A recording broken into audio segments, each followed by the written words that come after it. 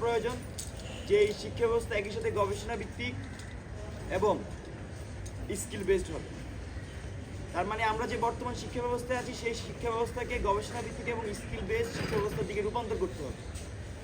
আমরা মনে করছি যে অন্তর্বর্তীকালীন সরকার জুলাই অভ্যুত্থানের রক্ত দিয়ে গঠিত হয়েছে, সেই অন্তর্বর্তীকালীন সরকারের প্রস্তাবে যে বাজেটে এরকম স্পেশাল কিছু নাই এবং তাদের এই বাজেট শিক্ষাখাতে যদি তারা স্পেশাল বরাদ্দ না আনে, ভালো দৃষ্টি না দেয়, সেক্ষেত্রে অন্তর্বর্তীকালীন সরকারের সকল কার্যক্রম আসলে ব্যর্থতায় পরিণত হবে। বন্ধুগণ, জুলাই অভ্যুত্থানের সহস্রাধিক শহীদ ও কয়েক হাজার আহতের রক্তের বিনিময়ে দায়িত্ব গ্রহণকারী অন্তর্বর্তীকালীন সরকার তাদের প্রথম বাজেট পেশ করেছে। 2025-26 অর্থ বছরে শিক্ষা খাতে বরাদ্দ ধরা হয়েছে 95,644 কোটি টাকা। গত বছরের তুলনায় শিক্ষা খাতে বাজেট 7,482 কোটি টাকা বৃদ্ধি পেলেও আমরা এই বরাদ্দকে যথেষ্ট মনে করছি না।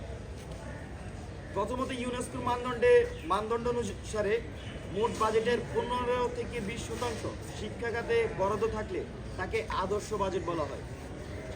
কিন্তু 2025-26 অর্থ বছরে মোট বাজেটের 12.01% শিক্ষা খাতে বরাদ্দ রাখা হয়েছে।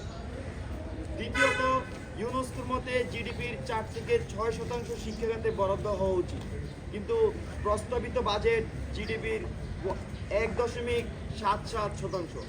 এখানেও অপ্রতুলতা লক্ষণীয়, অর্থাৎ ইউনেস্কো শিক্ষা খাতের জন্য যে আদর্শ বরাদ্দ সুপারিশ করে এটি তার অর্ধেকের চেয়েও কম। ফলত প্রস্তাবিত বাজেটটিকে শিক্ষাবান্ধব বাজেট বলা যাচ্ছে না। বিশ্ব ব্যাংকের হিসাব মতে 189টি দেশের মধ্যে জিডিপি হিসেবে শিক্ষা খাতের সর্বনিম্ন বরাদ্দকারী 10টি দেশের মধ্যে বাংলাদেশ তার অন্যতম। দুর্ভাগ্যজনকভাবে এ বছরের প্রস্তাবিত বাজেটের এই অবস্থা থেকে উত্তরণ ঘটেনি। দক্ষিণ এশিয়ার অন্যান্য দেশের মধ্যেও শিক্ষা খাতে জিডিপি হিসেবে বাংলাদেশের বরাদ্দ সর্বনিম্ন। উদাহরণত, ভুটানে জিডিপির 8.1%, ভারতে 4.6% এবং মালদ্বীপে 4.3% বরাদ্দ রাখা হয়। সেখানে বাংলাদেশের শিক্ষা খাতে বরাদ্দ জিডিপির 1.77%। এ থেকে প্রমাণিত হয় যে আন্তর্জাতিক মানদণ্ডে আমরা পিছিয়ে আছি।